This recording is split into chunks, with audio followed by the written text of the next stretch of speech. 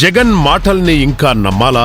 2019 ఎన్నికలకు ముందు ఏమన్నాడు? చంద్రబాబు నాయుడు గారి ప్రభుత్వం పోతుంది, 2 ఏళ్లకో 3 ఏళ్లకో మన ప్రభుత్వం అయితే వస్తుంది, ప్రజల ప్రభుత్వం ముందుకు వస్తుంది.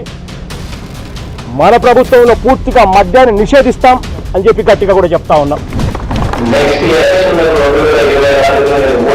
సమయానికి మాత్రం ఖచ్చితంగా మద్యాన్ని 5 స్టార్ హోటల్స్ మాత్రమే పరిమితం చేస్తూ చేసిన తర్వాతనే ఓటాడుతాను.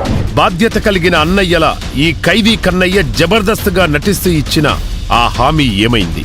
మా మేనిఫెస్టోలో ఎక్కడా కూడా మద్యపాన నిషేధం అనేటువంటి మాటే లేదు, చూసుకోండి. విన్నారు కదా, ఇంత జరిగాక కూడా ఈ దగాకోరునే నమ్ముతారా? 2019లో చెప్పినవన్నీ చేయనోడు 2024లో చెప్పేవి చేస్తాడా? ఇంకా చాలు జగన్. జరుగు జరుగు జరుగు జగన్, ఖాళీ చేయి కుర్చీ, జనరాజ్యం వస్తున్నది ఎన్నికల్లో గెలిచి.